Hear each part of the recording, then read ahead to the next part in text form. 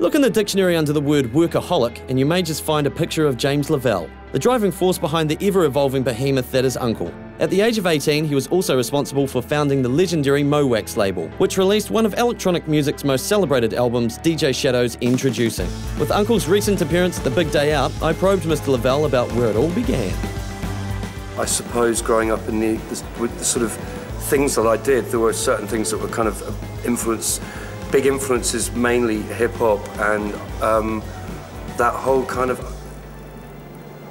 late 70s, early 80s culture of, you know, from Star Wars to Blade Runner to, you know, the Beastie Boys, Massive Attack, all that stuff rolled into one. That's what I wanted to be involved with, that's what I wanted to do, you know. The list of collaborators that Unkle has worked with is longer than the never-ending story, including Richard Ashcroft, Mike D, Tom York, Ian Brown, Jason Newsted, Ian Astbury and Josh Homme.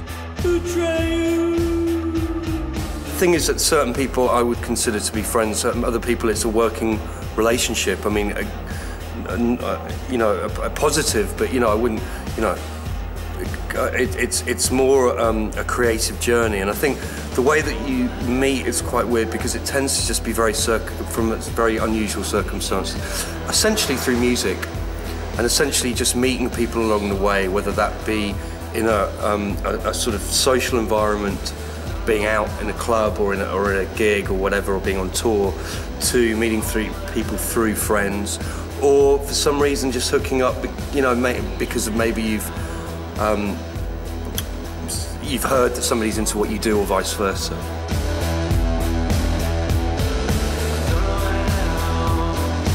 But it's strange, you can never really put any one sort of reason why, it just sort of happens.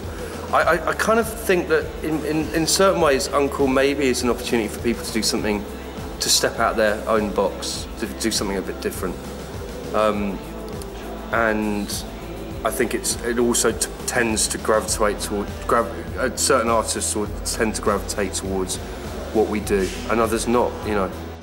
For Unkle's third album, War Stories, Chris Goss was brought on for production duties. Most well known as a member of Masters of Reality and longtime producer for Caius and Queens of the Stone Age, it would seem he helped in more ways than one. Out of all the people I've ever worked with, was actually the most rewarding. But he was very good about sort of bringing me and making me understand about things that I was really not aware of in the record making process. And I think what's interesting about music or anything, I mean life anyway, is just that there's always so much to learn, you know.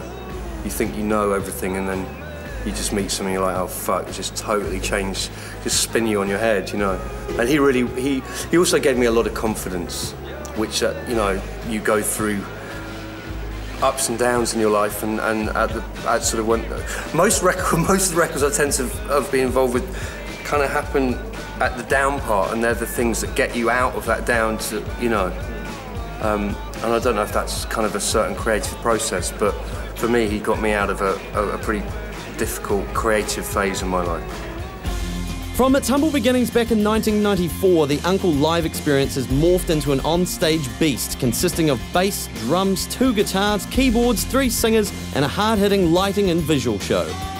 The live thing has had quite an influence on what, you know, on moving forward in that way, because as much as it's been amazing to work with the people I have and do all of those things, going out and performing it, you know, not being able to work with those people creates a certain limitation, which in the future I'd rather not have.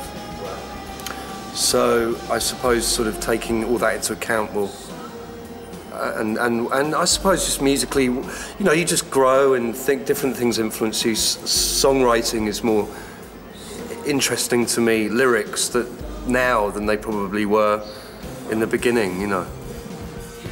With the future of the music industry up in the air at the moment, I wanted to see what one of the innovators of said industry thought would happen next. Apparently, he saw this one coming. You can sell out, you know, a venue, you can do, you know, 4,000 people a night or whatever, you know, but yet you can't get your record in the charts. And it only takes 2,500 people to get a record in the charts. You know, so it's strange to me. Music seems very disposable.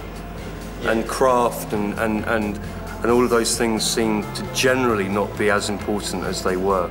Thoughts on being called Hunter S Thompson of DJs? Oh, man, I suppose for my erratic behaviour and the trouble that I get myself into, even though I'm also a very sensitive and, you know, lovely young man. No, it's because I want to get my ashes shot in the air, basically, when I die. Yeah. I want them shot to the ground. No, down. The biggest hole you could ever see, shoot them down there. And then when, you know, the aliens come, they'll find me. No, I'm not a fan of guns, but I do enjoy the odd Las Vegas machine gun range. Yeah, you know, occasionally, you know, when I've got time.